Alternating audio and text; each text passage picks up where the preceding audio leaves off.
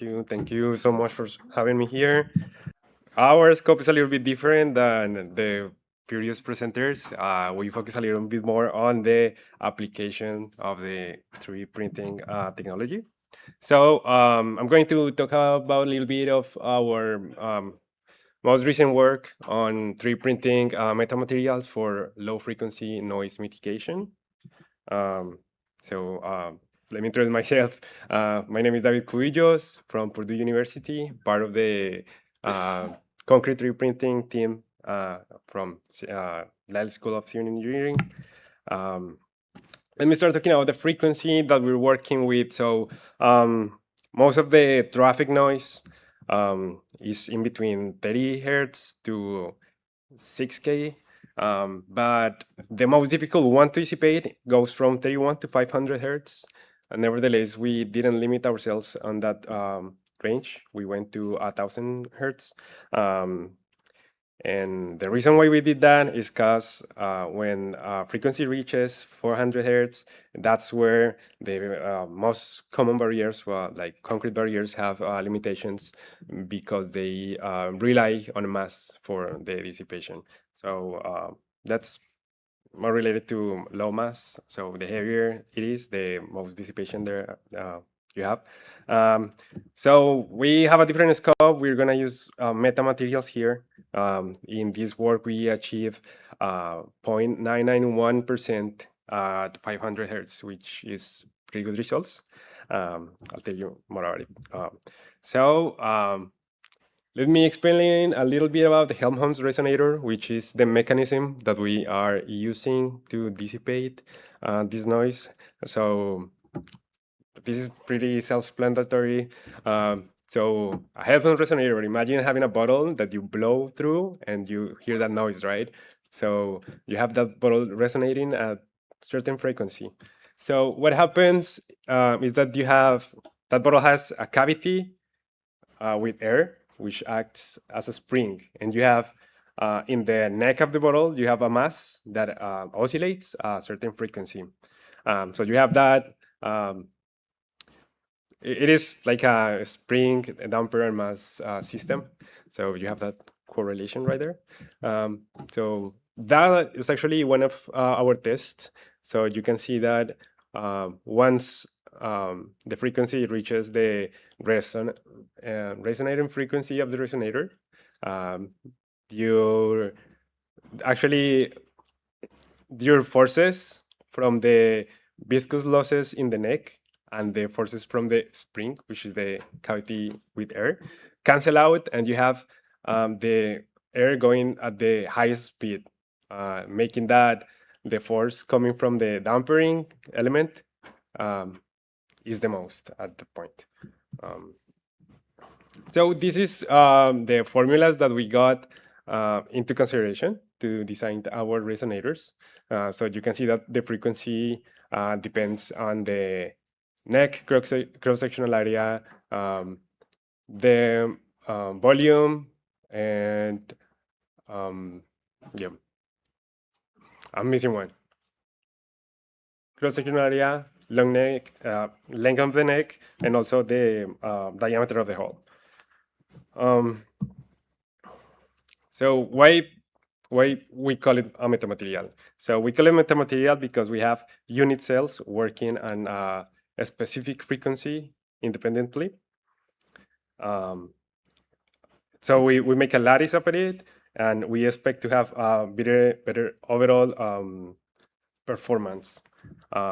Why did we do it hexagonal? The reason is because we get maximum packing density, we have structural efficiency, and we have this concrete 3D printing compatibility due to the fact that we can print in just one pass. We don't have to go through the same point twice. So let me tell you a little bit about the specimens that we did. So we had our specimens printed in a small scale 3D printer, Hydra. They are specifically designed for an impedance tube test, from where we get the absorption coefficient, and we have the total impedance. We printed, as you see in the video, we print those specimens, cylinders with different lattices, and we stick a lid on top of it and drill some holes to form a lattice of resonators. Now let me tell you about how those parameters affect the frequency of each one of the resonators. So we have the mix and mix design and mortar rheology. So we have to do a little bit of tweaking of our regular mixes, because something that is very important here is how accurate we can print, because we need to tune each one of those resonators to a specific frequency. So we have other parameters like the nozzle diameter that will drive the accuracy of our print. So the smaller it is, the better. But again, if you go too small, you will have clogs and you will have discontinuities that you will see further how that will affect our results. Probably the most important one that we had to deal with so far is the layer height. So you have too much of a layer height, you start dragging your material, you have so little of a layer height, and you have over extrusion. So that's a very critical parameter to have into consideration. So you want to be as close as possible to your plant dimensions. And of course, printing speed. So again, if you go too low, you can have over extrusion. If you go too fast, you're dragging your material. So if you see, that's one of our first runs, our for first tests, and we were having some peaks where we were not expecting, peaks on absorption coefficient. So that means that for just one resonator, we were having different frequencies, which is something that we didn't want to happen. Because the scope of this first stage of the project was to be able to tune those frequencies. So here's a better look of those results. So you see that we have some peaks at the beginning, very low frequencies. It's not that they are undesired itself, but for the sake of precision, we didn't want them yet. Same thing happened when we augmented the density of resonators per specimen. Again, having some peaks where we not desired. So we went back to the parameters and we made some tweaks on that layer height, and we also coated the resonators with polyurethane, liquid polyurethane, making sure that we didn't have any leaks in between resonators. Because what would happen is that you would have like 2 resonators instead of 1, and it did work. So this is fine tuning of just one resonator. So we went from very low frequencies and low in noise absorption coefficient, and we went to up to 500 hertz and had almost perfect noise absorption.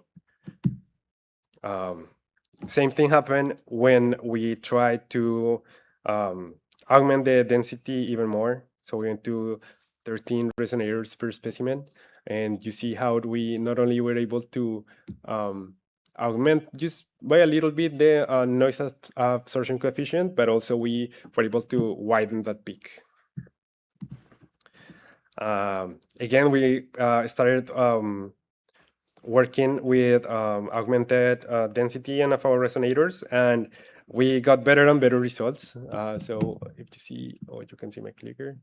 So this is just fine tuning of the same resonator. So we were able to move the frequency of resonance and then add some peaks to it. But this time we did wanted those peaks to be in the graph. So we cover that frequency spectrum. This is summing all of the resonators that we tested, but I leave the ones that have the best performance. So you can see here how we had almost perfect sound absorption coefficient for the most important parts of the frequency range. So 200 to 400, which is where the most common concrete barriers fail. And So I want especially to point out this result right here. So 295 hertz, 0.932. Anything over 0.9 is considered near perfect absorption coefficient. So what we have demonstrated is that we can tune the resonators by controlling not only the dimensions, but the printed parameters. We achieve some very good absorption coefficients, although we, on the next steps, what we are planning on doing is coupling those resonators, but that means that we will have to model, and that's what we're doing right now, to model the viscous and thermal losses in such a way that we have a plateau in our graph. But in order to do so, to see how those thermal and viscous losses are happening, we need controlled sample. So we're casting some samples from molds. Yeah. So let me have the acknowledge to the Duratrams and the UTC for funding this project, and also to Professor Junfei Lee and his student Xi So for helping us with the acoustic part of the project.